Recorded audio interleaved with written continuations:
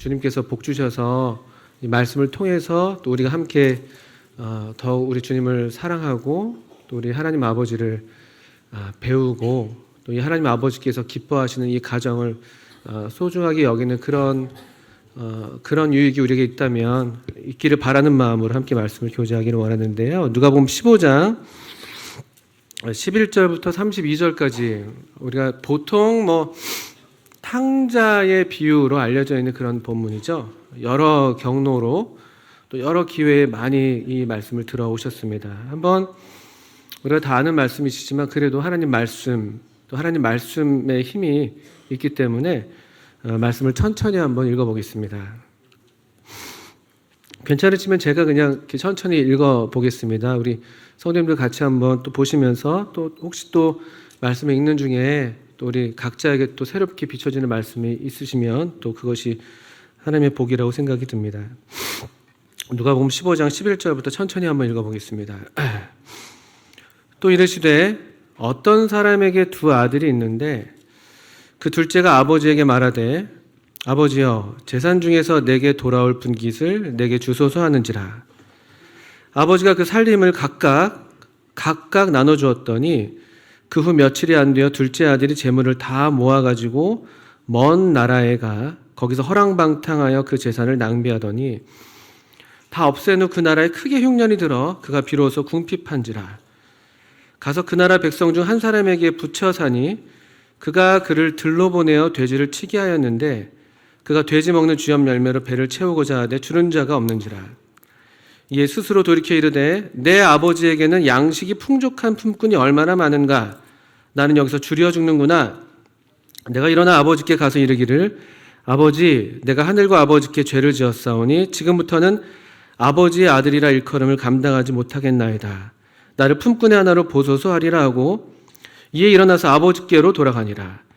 아직도 거리가 먼데 아버지가 그를 보고 측은히 여겨 달려가 목을 안고 입을 맞추니 아들이 이르되 아버지 내가 하늘과 아버지께 죄를 지었사오니 지금부터는 아버지의 아들이라 일컬음을 감당하지 못하겠나이다 하나 아버지는 종들에게 이르되 제일 좋은 옷을 내어다가 입히고 손에 가락지를 끼우고 발에 신을 신기라.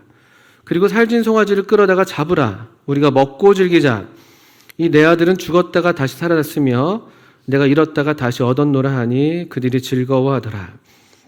맏아들은 밭에 있다가 돌아와 집에 가까이 왔을 때 풍악과 춤추는 소리를 듣고 한 종을 불러 이 무슨 일인가 물은데 대답하되 당신의 동생이 돌아왔음에 당신의 아버지가 건강한 그를 다시 맞아들이게 됨으로 인하여 살진 송아지를 잡았나이다 하니 그가 노하여 들어가고자 하지 아니하거늘 아버지가 나와서 권한대 아버지께 대답하여 이르되 내가 여러 해 아버지를 섬겨 명을 어김이 없거늘 내게는 염소 새끼라도 주어 나와 내 벗으로 즐기게 하신 일이 없더니 아버지의 살림을 창녀들과 함께 삼켜버린 이 아들이 돌아오매 이를 위하여 살진 송아지를 잡으셨나이다. 아버지가 이르되 예 너는 항상 나와 함께 있으니 내 것이다 네 것이로되 내 동생은 죽었다가 살아났으며 내가 잃었다가 얻었기로 우리가 즐거워하고 기뻐하는 것이 마땅하다 하니라. 한번 또 다시 이 말씀을 읽었습니다. 우리 성도님들 가출을 꿈꿔보신 적이 있으신가요? 우리 결혼하신 형제님들 말고요. 우리 청소년기에 어쩌면 다 그런 생각들을 한두 번씩은 하셨을지도 모르죠. 저는 어땠을 것 같으십니까?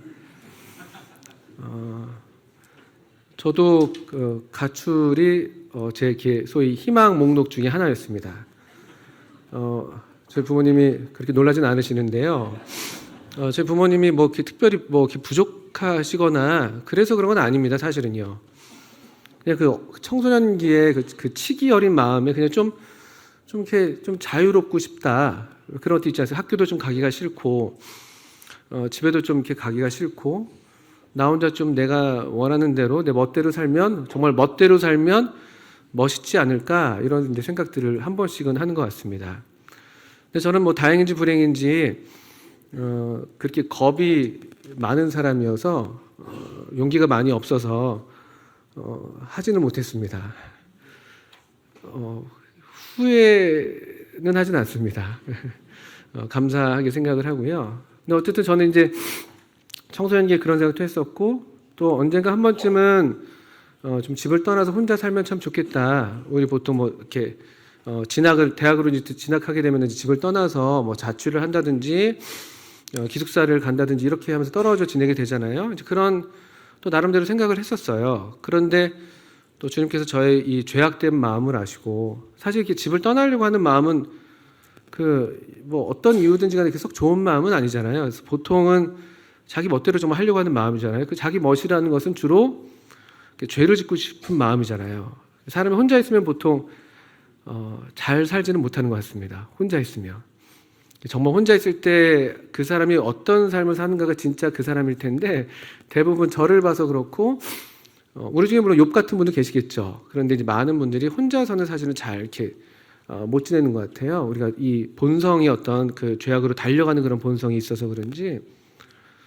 그래서 어떻든 간에 그 혼자 이렇게 살고 싶어 하는 그런 마음들은 되게 그런 우리 죄악된 정욕을 채우려는 그런 동기가 꽤 많이 있는 것 같습니다. 물론 다 그런 건 아니죠. 어쩔 수 없이 정말 나는 집을 나가고 싶지 않은데 그런 경우도 생기기도 합니다만, 저는 그랬습니다. 근데 어쨌든 저의 이런 연약과 악함을 아시고 우리 주님께서 허락하지 않으셨어요. 그래서 집에서 학교를 이렇게 다니도록 하셨고, 또 참 놀랍게도 저의 연약함과 악함을 아셔서 대학을 졸업하고 또 그렇게 오래지 않은 시간 후에 또 바로 결혼을 하게 하셔서 저는 한 번도 혼자서 살아본 적이 사실 없습니다.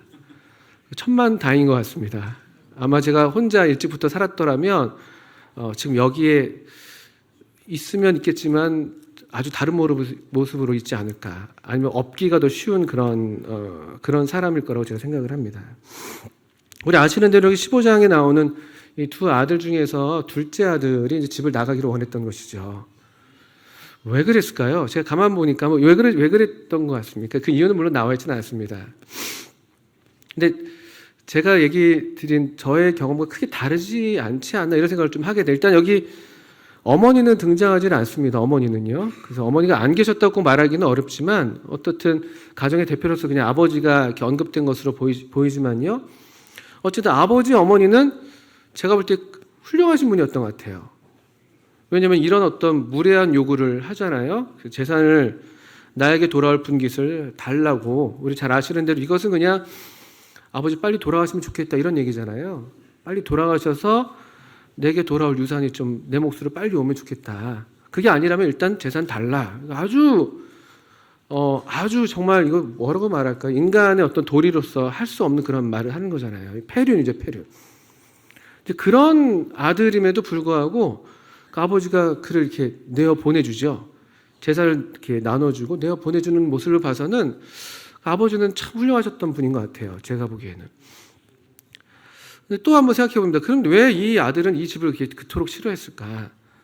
물론 아까 말씀드린 것처럼 1차적으로는 그 죄악된 본성, 자기 마음대로 살고 싶은 욕구가 컸던 것 같죠. 또 하나 그냥 제가 혼자 생각해 보는 겁니다. 아닐 수도 있습니다만, 유심히 보면 이 지금 첫째 아들이 아니라 둘째 아들이 지금 이제 집을 나가려고 하지 않습니까? 근데 그 둘째 아들이 이런 종류의 좀 약간 삶을 추구하는 종류였다면, 첫째 아들은 우리가 잘 아시는 대로 어떤 삶을 살아오는 것 같습니까? 네? 순종. 예? 순종적인. 예, 좀 저기 컨닝하신 것 같은데요. 좀 똑같은 답을. 순종적이잖아요. 소위 말하는 모범생 캐릭터죠. 모범생 캐릭터. 보니까 이 첫째 아들이 하는 말이 이런 말을 하지 않습니까? 29절에 아버지께 대답하여 이르되 나는 여러 해 아버지를 섬겨서 명을 어김이 없거늘 내게는 염소 새끼라도 주어 나와 내 벗으로 즐기게 하신 일이 없더니, 그러니까 이 평생의 자기 어떤 그 자랑거리 얘기할 수 있는 것이죠. 아주 떳떳하게 나는 아버지 말씀 한 번도 어긴 적이 없습니다. 저는 아버지께서 하라는 거 다 했습니다. 얼마나 저 순종적 이런 말을 할 정도니까 그 삶이 얼마나 반듯했겠어요. 저는 그래서 생각할 때 어쩌면 혹시 집을 나간 이 둘째 아들이 집을 나가기를 원했던 이유 중에 하나가 이 형 때문은 아닌가. 이게 우리 흔한 그 형제지간의 모습인 것 같기도 해요. 보통 두 아들이 있는 경우는 우리 지성원 형제님이랑 지재원 형제님도 그랬는지 모르겠어요. 오늘 그냥 얘기 나온 김에 그냥 막 하는 건데요. 모르겠습니다. 어쨌든 제가 알기로 딱 보면 성원 형제님 너무 반듯하잖아요. 지금 딱 봐도 그냥 너무 모범적인 그냥 청년, 그냥 그 모범적인 남편이 될 것만 같고 모범적인 아버지가 될 것만 같은데 아들 그 동생 여러분 아시잖아요. 그렇게 형 이렇게 엄청 이렇게 성격 좋거든요. 모르겠어요. 어쨌든 근데 되게 비슷한 것 같아요. 저희 집도 두 아들이 있는데 저도 뭐 두 아들 중에 동생이기도 하고요. 근데 어쨌든 형들은 좀 이렇게 우수한 인자들을 타고 나는지 동생들은 그게 고가워서 이렇게 마음이 이렇게 맨날 거꾸로 가는 건지 모르겠어요. 저도 잘 모르겠는데 어쨌든 아마 모르긴 몰라도 아버지는 좀 너그럽고 관대하신 것 같은데 형이 엄청 많이 구박했을 것 같아요. 이런 삶을 살았다면 형이 막 계속 쪼는 거죠. 막 너 물론 이제 좋은 마음이었겠지만 어쨌든 뭐 근데 꼭 그것은 이유는 아니겠죠. 이 실제로 사실 이 둘째 아들이 집을 나가서 한 행동을 보니 역시 이렇게 저처럼 그 죄악된 행동을 좋아해서 아버지 권위를 좀 권위 울타리에서 벗어나고 싶고 또 이런 어떤 좀 이렇게 어떤 뭐 형이 어떤 요소가 됐다면 좀 그런 고가운 소리도 듣고 싶지 않고 나도 한번 보란 듯이 내 혼자 힘으로 형보다 나은 삶을 살 수도 있을 거야. 나도 한번 아버지 보란 듯이 아버지가 항상 나를 어리게만 여기시고 나를 이렇게 우습게 여기시지만 나도 한번 잘 살아볼 수 있을 거야. 이런 어떤 뭐 그 호기를 갖고 뭐 밖으로 나갔을 수도 있겠습니다. 어떻든 이런 두 아들이 있습니다. 근데 아시는 대로 이 이야기는 비유입니다. 비유. 실제 이런 사건이 일어나지는 않을 뭐 그럴 수도 있습니다. 어쨌든 우리 주님께서는 비유를 들어서 이 말씀을 하셨어요. 그리고 왜 이 비유를 하셨는가 보면요. 15장 사실 1절과 2절을 우리가 주목해 볼 필요가 있는 맥락이죠. 15장 1절과 2절 한번 보시겠어요? 모든 세리와 죄인들이 말씀을 들으러 가까이 나오니 바리새인과 서기관들이 수군거려 이르되 이 사람이 죄인을 영접하고 음식을 같이 먹는다 하더라. 이 비유의 배경이 되는 어떤 맥락은 예수님이 그 세리와 죄인들을 영접하셨잖아요. 그러니까 그들과 더불어서 먹고 마시고 함께 교제 나누시고 아주 즐겁게 지내시는 거예요. 그런 모습을 곁에서 지켜보던 이 바리새인과 서기관들이 그게 영 못마땅한 것이죠. 그래서 실제로 예수님을 따라다녔던 별명들이죠. 저 사람, 저 예수는 저 세리와 죄인의 친구야.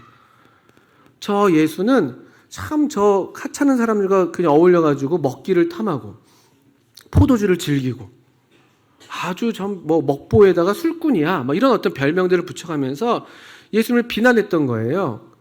그리고 이런 생각이 있는 것이죠. 바리새인과 서기관들이 생각하는 대로라면 저가 하나님으로부터 온 사람이라고 할 것 같으면은 이 거룩한 하나님의 종이라고 할 것 같으면은 어떻게 저렇게 죄 많은 사람과 함께 할 수가 있어? 어떻게 저렇게 형편없는 사람들과 같이 먹고 마시고 얘기를 나눌 수가 있어? 저 사람 너무 부정해, 너무 불결해. 이런 어떤 그런 반감이 이제 표출된 것이죠. 또 사실 이 바리새인과 서기관들의 이런 태도는요, 그냥 단순한 반감 이상으로 사실은 일종의 살기가 있었습니다. 여기 앞에 잠깐 보시면 13장 같은 데 보시면요. 13장 31절. 당시에 이제 분위기가 이런 것이죠. 곧 그때 어떤 바리새인들이 나와서 이르되 나가서 여기를 떠나소서 헤롯이 당신을 죽이고자 하나이다. 지금 일단 헤롯은 우리 주님을 죽이려고 아주 살기가 등등합니다. 그런데 어떤 바리새인들은 이 예수님을 나름대로 보호를 하는 것이죠. 왜냐하면 그래도 하나님 말씀을 전파하고 있고 사람들이 따르고 있으니까 그래도 우리와 같은 편이 된다면 우리랑 같은 어떤 그런 불의의 어떤 활동들을 한다면 우리한테 큰 도움이 될 텐데 이런 마음이 있었는지 어쨌든 예수님을 보호하는 그런 발언을 하긴 합니다. 그런데 이 말씀에서 우리가 볼 수 있는 것은 전반적으로 당시에 예수님을 향한 분위기는 상당히 적대적이었다는 것이죠. 여기 일부 바리새인들이 그를 보호했지만 다른 성경, 이를테면 요한복음 같은 데서 보면요. 요한복음 5장인데요. 초기에 예수님 사역 초기에 이미 바리새인과 서기관들이 예수님을 죽이려고 했습니다. 이유는 안식일을 범했다는 이유로. 그 38년 된 병자를 고치셨는데 그게 안식일이 고쳤다고 해서 아주 논쟁이 일어났죠. 그때로부터 이 유대인 지도자들이 예수님을 죽이려고 이제 했었죠. 또 요한복음 8장에서는 나와 아버지는 하나다라는 그런 말씀을 하시니까 이들이 돌을 들어가지고 예수님을 쳐 죽이려고 하는 그런 장면도 실제로 있습니다. 이거 아직은 그런 초기 단계거든요. 그리고 여기 지금 헤롯도 죽이려고 하고 있고 아주 살기등등한 그런 분위기 속에서 또 이 바리새인과 서기관들도 지금 이 예수를 어떻게 할 것인가, 이가 정말 하나님의 사람이라면은 우리와 함께하게 하면 좋겠는데, 근데 보니까 너무 부담스러운 거예요. 왜냐하면 이 예수님이 세리와 죄인을 가까이 하고 있으니까. 그럼 세리하면 누가 떠오르시죠? 유명한 세리가 있었죠. 우리의 친구 삭개오가 있었습니다. 그래서 어릴 때부터 주일학교에서 얘기를 들어서 삭개오는 꼭 친구 같아요. 키도 작고 그랬다고 하니까.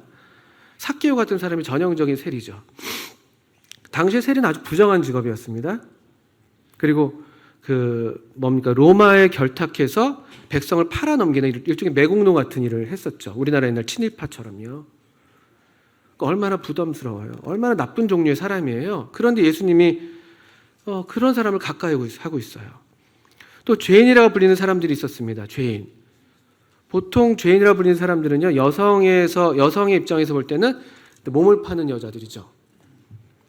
그래서 누가복음 7장 같은 데서도 한 여인이 예수께 향유를 부었을 때 죄인인 한 여자라고 얘기를 하잖아요. 이제 그런 종류의 사람.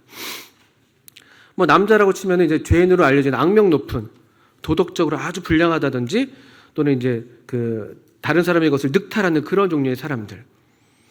그래서 회개에 합당한 열매를 맺으라고 주님께서 말씀하실 때 이 세리들 또는 늑탈하는 사람들, 이런 사람들을 가리켜서 특별히 지목하시면서 말씀하신 부분이 있죠. 이게 문맥입니다.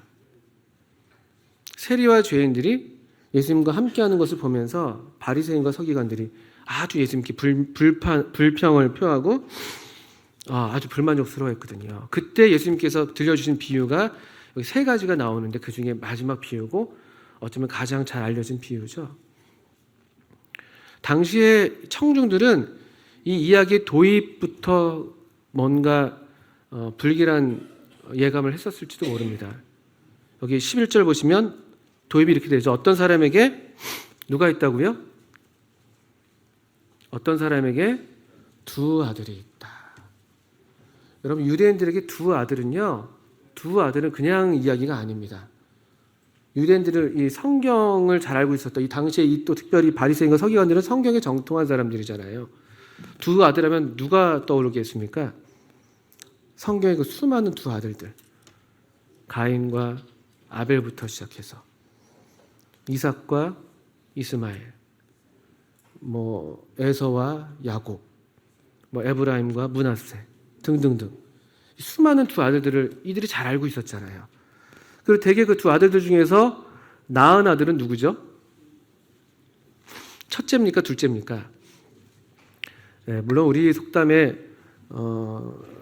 뭐죠?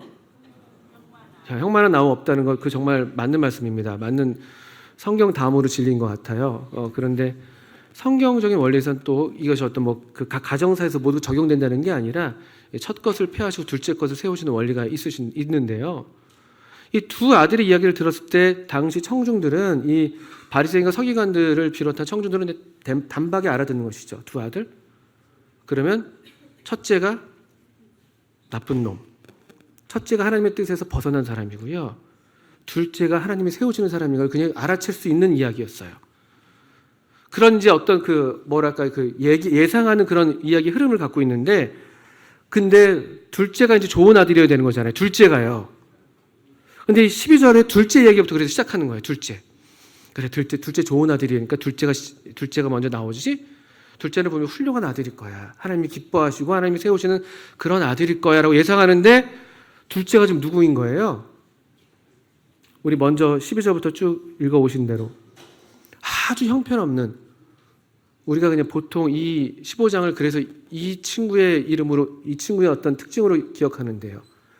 탕자, 아주 방탕한, 아주 허랑방탕한, 아주 지저분한, 만약 이런 아들이 내게 있다면 정말 부끄러워서 어디 내놓지 못할 만한 그런 아들. 어디 아버지한테 와가지고 당신이 빨리 돌아가셨으면 좋겠습니다. 어디 와가지고 저한테 안 되잖아요. 아버지가 나한테 해준 게 뭐가 있어요? 이 지긋지긋한 집구석. 나 빨리 벗어나고 싶어요. 당신이 뭔데 나한테 이래라 저래라 이런 거 지금 얘기하는 거잖아요. 얼마나 부끄러운 아들이에요, 사실은요. 또 이 아들의 모습을 보자 하니까 우리가 예상한 대로잖아. 이런 아들이 나가서 잘 될 리가 있겠습니까? 그가 말로는 그렇게 했겠죠. 걱정하지 마시라고. 저도 다 컸어요. 제 인생 제가 얼마든지 할 수 있어요. 아버지, 저도 보란듯이 제가 성공할 거예요. 이런 얘기 했을지도 모르죠. 근데 예상한 대로잖아요. 그 집을 나가서 얼마나 우리 12절에 보시는 것처럼 아시는 대로 13절이군요. 둘째 아들이 재물을 다 모아가지고 먼 나라에 가요. 얼마나 집이 싫었으면 집 근처도 아니에요. 아주 멀리 갑니다. 그리고 일단 수중에 돈이 있으니까 일단 허랑방탕하게. 처음부터 이러려고 하는 건 아니었겠죠. 자기도 나름대로 얼마나 좀 놀아보고 그 다음 걸 하려고 했겠죠. 근데 그게 어디 마음대로 됩니까? 하다 보면 다 이제 허비하고 낭비하게 되는 이런 모습을 보입니다. 사실 이 모습이 사실은 이 아버지를 떠난 우리 모두의 모습이죠. 하나님 아버지를 떠난 우리 모두의 모습인데, 그래서 어떤 작가가 이런 말을 했습니다. 사람이 하나님을 떠나서 하는 모든 일은요, 비참하게 실패하거나 아니면 더 비참하게 성공하거나 둘 중 하나다. 그렇게 얘기했습니다. 비참하게 실패하는 게 차라리 낫다는 것이죠. 어떤 경우는 정말 하나님을 떠났는데 성공하는 것처럼 보이는 경우가 있어요. 근데 사실 그것은 더 비참한 거라는 것이죠. 아주 이렇게 진리를 담고 있는 말인데요. 여기 이 둘째 아들은 그래도 다행입니다. 그래도 다행이죠. 아버지를 떠났는데 그가 비참하게 실패했습니다. 그리고 그 실패한 가운데 비로소 그가 홀로 있을 때에 그때 17절을 보게 되니까 이에 스스로 돌이켜 이르되 내 아버지에게는 양식이 풍족한 품꾼이 얼마나 많은가. 나는 여기서 주려 죽는구나. 내가 일어나 아버지께 가서 이르기를 아버지 내가 하늘과 아버지께 죄를 지었사오니 지금부터 아버지의 아들이라 일컬음을 감당하지 못하겠나이다. 나를 품꾼의 하나로 보소서 하리라 하고. 이 비로소 그가 실패의 나락에서 홀로 있었을 때 그 주변의 친구들이 다 떠나갔잖아요. 아무도 그 곁에 없었고 이 돼지랑 경쟁하는 그런 비참한 삶을 살고 있었을 때 비로소 그가 정신이 스스로 돌이켰다는 말은요, 제정신이 돌아왔다 이런 말입니다. 그의 정신이 그에게로 돌아왔다. 그에게 비로소 지각이 생겼다는 것이죠. 그때 비로소 자기 자신의 어떤 이 참상을 솔직하게 직면할 수가 있는 그런 지혜가 생긴 것입니다. 이게 참 하나님의 은혜입니다.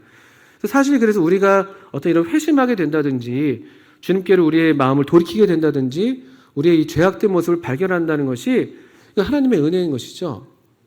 요한일서 5장에 보니까 이런 지각, 이 정신이 우리에게 돌아오는 거, 이 지각이 우리한테 생기는 것이 우리에게서 오는 것이 아니라고 되어 있더라고요. 하나님의 아들이 이르러 우리에게 지각을 주사 참된 자를 알게 하셨다. 이런 표현이 있더라고요. 사실 이런 일들은 그래서 하나님의 아들 또 성령께서 우리 안에서 행하시는 일들이시죠. 우리에게 비로소 뭐가 옳고 뭐가 그른지 내가 지금 어떤 모습인지 이런 것들을 보게 하시는 하나님의 은혜가 있습니다. 그러니까 보이지 않는 중에 이 아들에게 그런 하나님의 은혜가 임했다고 말할 수가 있겠죠. 그런데 17절에요. 저한테 참 눈길을 끄는 구절이 하나 있습니다. 정신이 이제 스스로 돌이켜서 이르렀는데요. 그 뭐라고 부르고 있습니까? 무슨 말을 하고 있죠? 내 아버지에게는. 또 18절도 아버지께 가서 아버지 내가 하늘과 아버지께 죄를 지었사오니. 19절은 지금부터는 아버지의 아들이라 일컬음을 감당하지 못하겠습니다. 지각이 돌아왔을 때, 제정신이 생겼을 때, 돌이켰을 때 그의 입에서 나오는 첫 마디는 뭐냐면요. 이게 되게 놀라운 사실입니다. 그가 평생 부정해왔던 한 존재였을 거예요. 아버지. 벗어나고 싶었던 어떤 그늘, 도망치고 싶었던 어떤 그런 소나귀. 그래서 아버지라고 인정하고 싶지 않은 어떤 그 누군가였겠죠. 그런데 그가 정신이 돌고 나서 비로소 그가 그 입에서 나온 첫 마디가 뭔가 보니까 내 아버지에게는 이렇게 부른다는 게 너무 놀랍습니다. 이게 온전한 정신, 우리의 지각이 회복됐을 때 우리 입에서 나오게 되는 첫 마디인 것이죠. 성령께서 우리 안에서 역사하실 때 우리 성령께서는 양자의 영이라고 불리시잖아요. 우리 하나님을 아빠, 아버지라고 부를 수 있게 하시는 분이시잖아요. 이 둘째 아들이 스스로 돌이켜서 정신이 돌아왔을 때 아버지를 아버지라고 부른다는 것은 놀라운 말로 제게 다가옵니다. 이건 완전한 변화인 것이죠. 19절 같은 데서는 보시면 지금부터는 아버지의 아들이라 일컬음을 감당하지 못하겠나이다. 지금부터는 벌써 자기가 아버지 아들 자리를 버린 지가 얼마나 오래됐어요. 얼마나 오래됐습니까? 자기가 원치 않았던 그런 타이틀이잖아요. 아버지의 아들. 난 아버지의 아들 아니에요. 난 나예요. 이런 정신이었죠. 이런 정신. 난 당신의 아들이 아니고 나는 내 이름 석자 아무개입니다. 이런 정신으로 살아왔는데 언제 자기가 아버지 아들로서 살아왔다고 지금부터니라고 말해요. 근데 이런 고백들 17절부터 19절에서 그가 정신이 돌아왔을 때 이야기하는 이런 고백들, 특별히 아버지라는 언급이 얼마나 많이 되는지 여러분 보십시오. 실제로 15장 11절부터 32절까지 제가 세보니까 우리말 성경에서 가장 많이 나오는 단어는 아들도 아닙니다. 아버지라는 단어가 제일 많이 나옵니다. 19번 나오더라고요. 우리말 성경에는. 그러니까 사실은 이 본문은 탕자의 비유가 아니죠. 잃어버린 아들을 찾은 아버지의 비유라고 말하는 게 옳은 것이죠. 아버지의 비유인 것이죠. 한번 생각해 보십시오. 이 아들이 정신이 들었을 때 그 입에서 처음 하게 되는 이 말 아버지, 아버지, 아버지. 그 뭘 우리한테 나타내는 걸까요? 사람은 아무리 해도 우리 모든 사람에게 적용되는 말씀이라고 할 것 같으면은 모든 사람들이 대부분 다 하나님을 싫어하잖아요. 우리가 다 하나님을 알지만 하나님을 영화롭게도 아니하고 감사치도 아니했다고 그런 말씀이 로마서에 기록되어 있지 않습니까? 하나님은 우리가 본능적으로 알아요. 사실은 누구든 없다고 말하지만 사실 다 우리 안에 하나님에 대한 어떤 인식이 있는 것이죠. 그런데 문제는 우리가 그걸 부정해 오잖아요. 싫어하잖아요. 다. 하나님을 알지만 그래서 하나님을 영화롭게도 안 하고 감사하지도 않고 그래서 아주 우준한 그런 우리의 그런 어떤 우준함을 따라서 짐승의 형상으로 이 하나님의 형상을 만들어 놓고 우리가 편한 대로 우리가 원하는 대로 하나님을 만들어서 나름대로 우리를 위로하잖아요. 나름대로 종교 활동한다고. 근데 아무리 그래도 제 경험도 그렇고 우리를 둘러봐도 그렇고 아무리 그래 멀리 집을 나가서 먼 나라에 가 있다 할지라도 아무리 내 멋대로 산다 할지라도 내가 아버지의 아들이라는 것, 그 부정하고 싶었던 그 진리는 절대 부정되지 않습니다.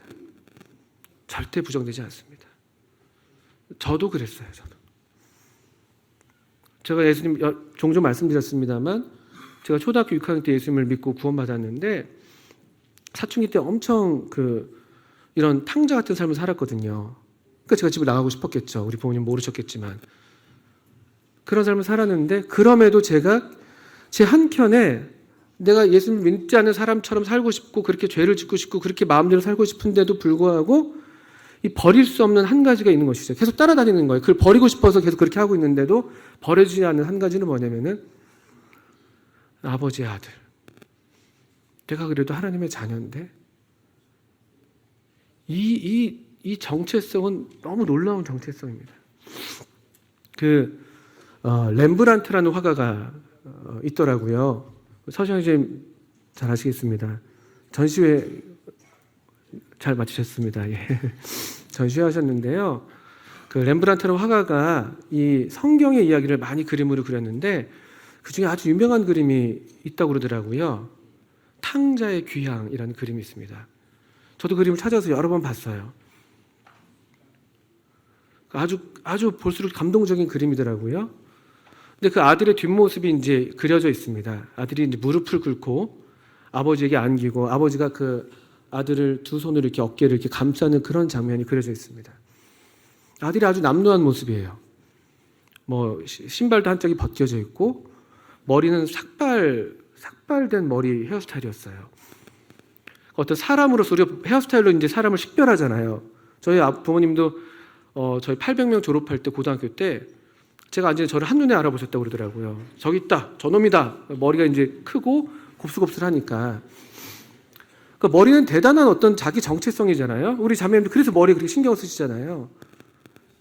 형제님들도 물론 그렇고요. 근데 이 그림 보니까 이 아들이 삭발이에요. 머리가 없어요. 그러니까 어떤 한 독립된 개인으로서 어떤 사람으로서는 전혀 이제 존엄성을 상실한 그런 모습이죠. 신발도 신지 못했고 아주 남루합니다. 그런데 그 그림에서 누가 이렇게 해설을 붙였더라고요. 제가 그걸 감상한 건 아닌데 이 아들이 여기 허리에 단검을 차고 있어요. 단검이요. 아주 어울리지 않는 그런 그 복식이죠. 다 거지 같은 몰골인데 여기 단검을 차고 있어요.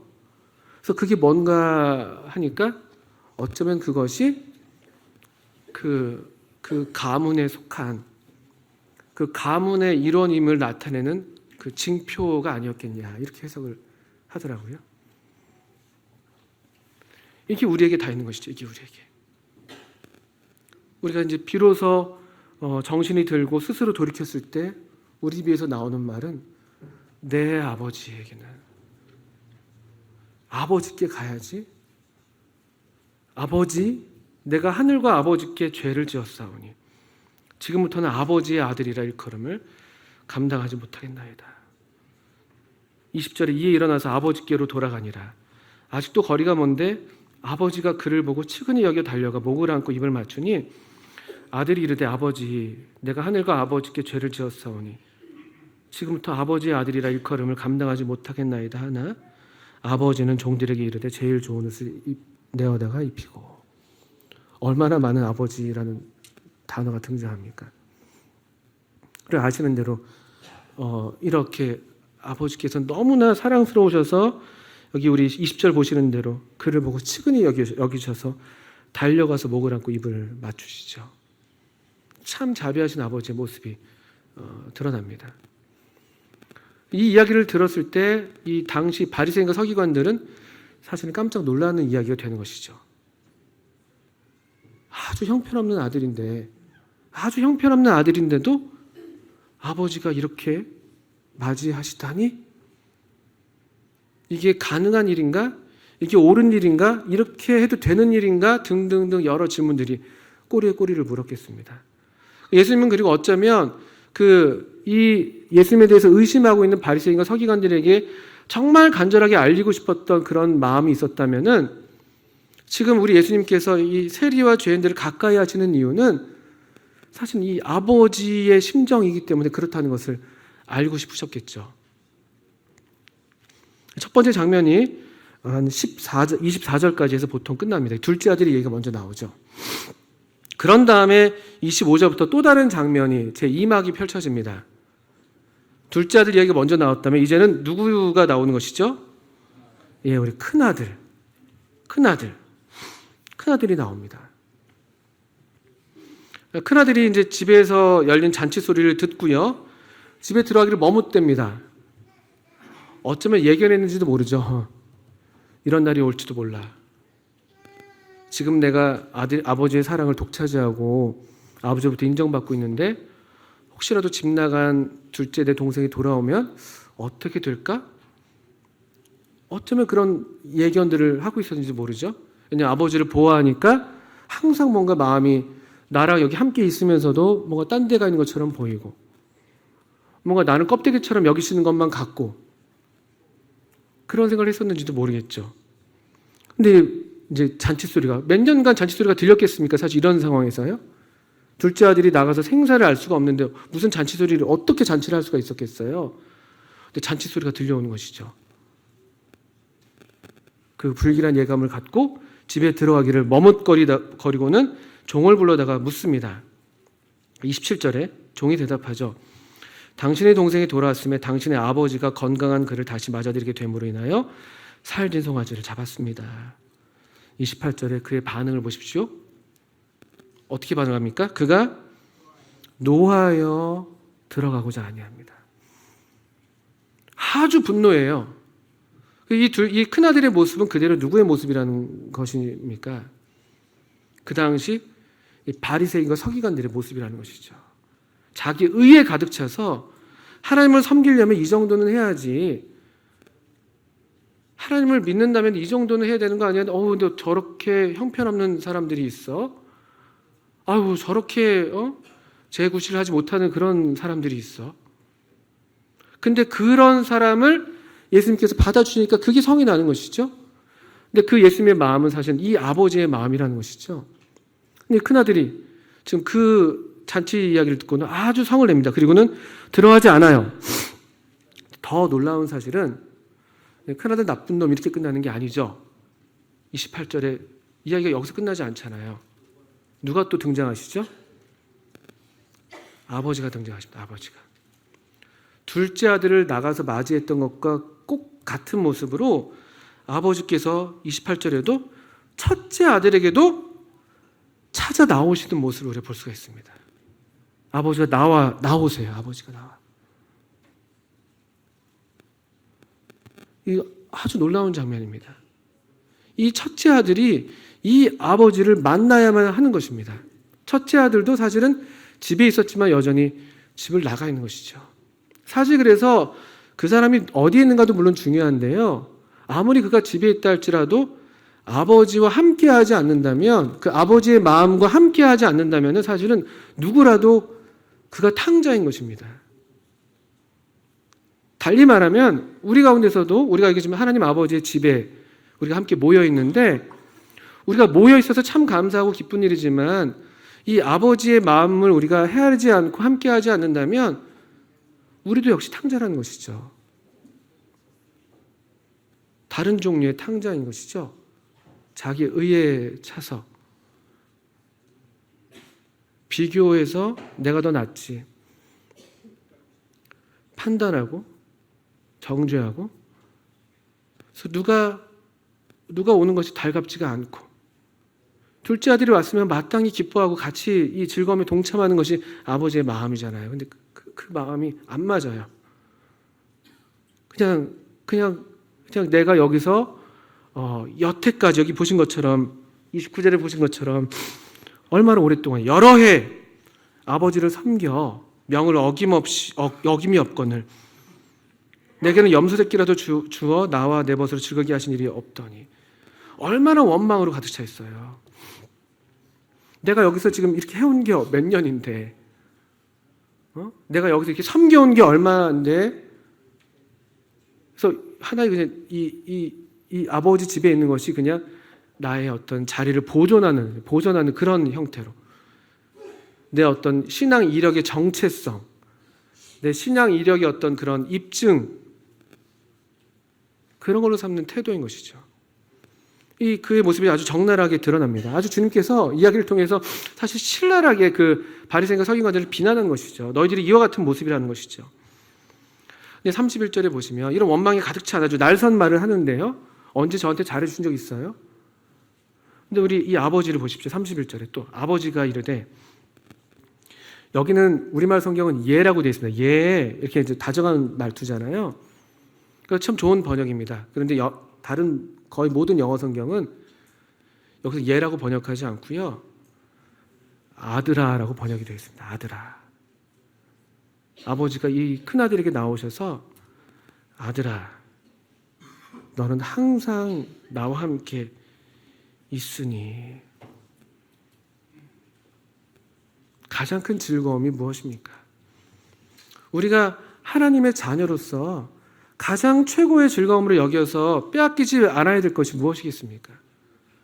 우리가 물론 마땅히 순종하고 봉사하고 섬기는 것이 옳습니다만 그것이 우리의 최고의 것은 아니에요.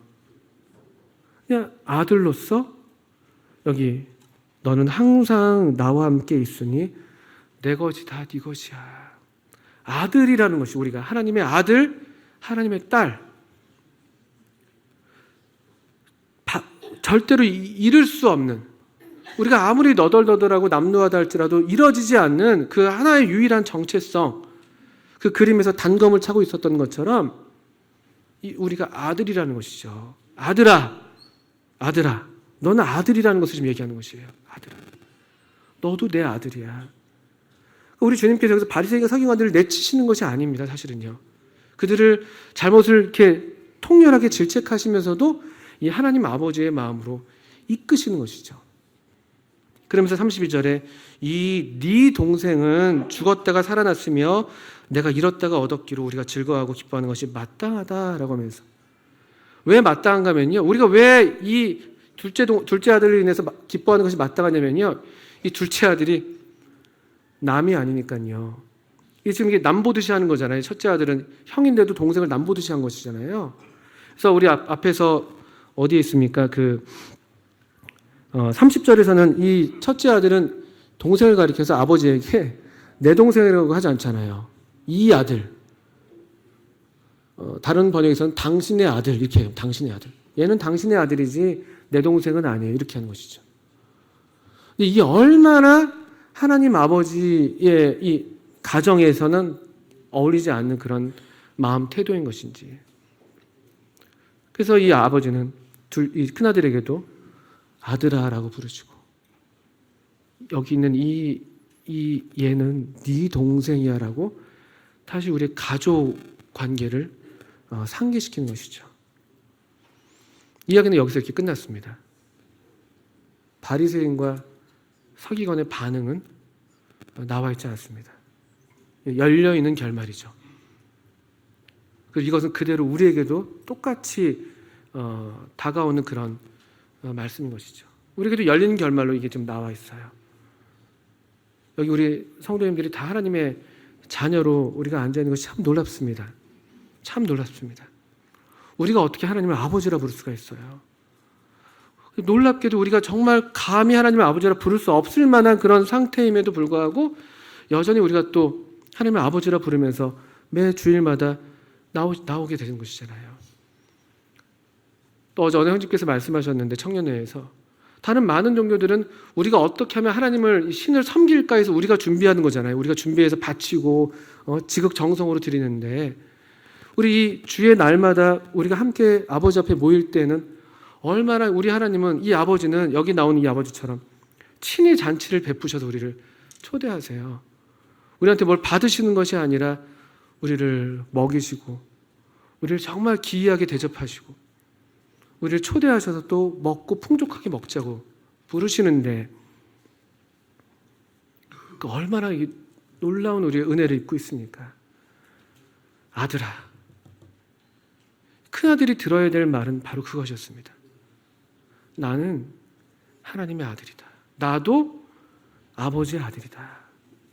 내가 혼자 여기 있는 것이 아니에요. 어느 누가 우리가 홀로 서 있는 사람이 어디 있습니까? 요즘에 워낙에 자기 뭐랄까요, 어떤 주체성이라고 할까요? 그런 것들 너무 중시하다 보니까 사람을 독자적으로 취급을 해요. 그래서 네 인생을 살아라. 엄마로도 아니고 아내로도 아닌 너 김인영의 인생을 살아라. 이렇게 막 얘기한단 말이에요. 근데 어떻게 그런 게 있을 수가 있습니까? 어떻게 사람이 홀로 설 수가 있어요? 무수한 관계 가운데서 서로 사랑하며 사랑받으면서 살고 있는 것이잖아요. 이 세상의 정신은 그런 것이에요. 바리새인이 바로 그런 정신에 지금 빠져 있었던 것이죠. 나 혼자 잘난 것이죠. 근데 아무도 그런 사람 없습니다.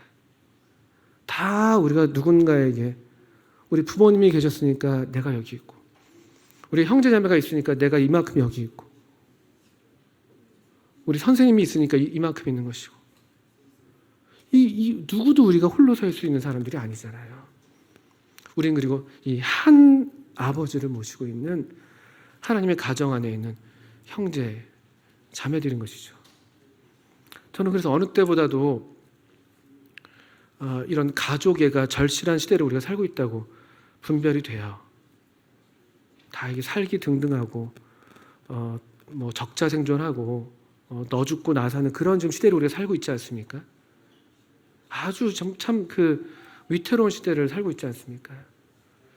그러다 보면 우리도 모르게 이 바리새인 같은 사람들이 되기가 쉬운 것이죠. 그냥 내가 잘해서 나 혼자 잘하면 됐지. 우리의 신앙생활이라고 하는 것도 그럴 위험이 있습니다. 하나님 아버지랑 무관하게 몇 해 동안이나 내가 해왔는데요.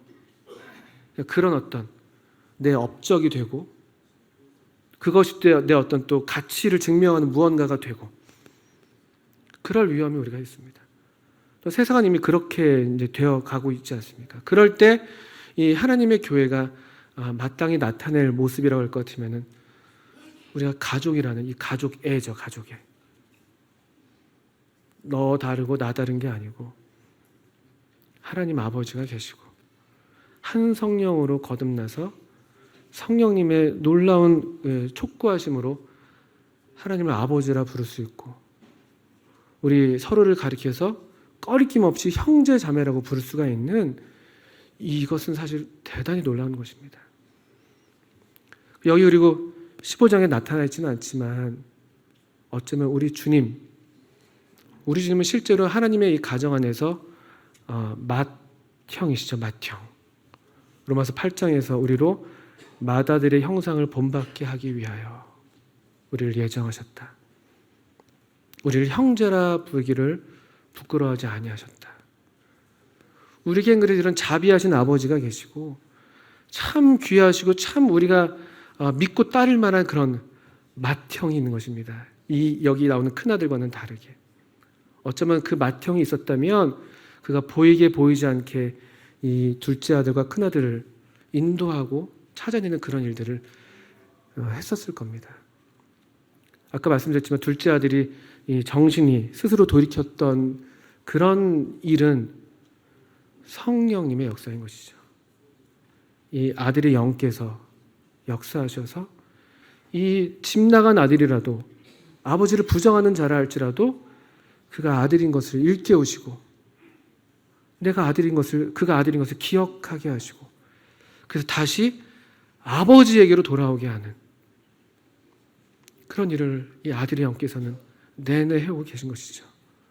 우리 각자의 인생에도 그렇게 여태까지 해오셨던 것이고 우리 교회 가운데서도 이 아들의 영으로 우리를 충만하게 하셔서 우리 하나님을 아버지라 부르면서 아버지를 예배하고 이 하나님 아버지의 사랑 안에서 사랑을 누리고 또 사랑을 받았으니까 사랑을 나누고 사랑하는 그런 저희들이 되도록 그 사랑하시는 그 아드님의 형상으로 우리를 계속 빚어가시는 일을 오늘까지 해오고 계시다고 믿습니다. 그래서 참 감사가 되고 바라기는 우리 성도님들 또 저 자신이 이 아들로서 하나님 아버지를 더욱 사랑하고 공경하는 또 아버지의 사랑을 이렇게 아버지의 마음을 따라서 그 사랑을 누리는 그런 우리 모두가 돼서 우리를 찾는 어떤 사람들도 우리를 통해서 여기가 내 집이구나. 여기에 내 아버지가 계시구나. 여기 내 아버지가 계시구나. 내가 여기 잘 온 거구나. 여기 아버지가 계시고 여기 내 형제들이 여기 있구나. 우리가 그런 집이 되어야 하지 않겠습니까? 함께 기도하고 마치겠습니다.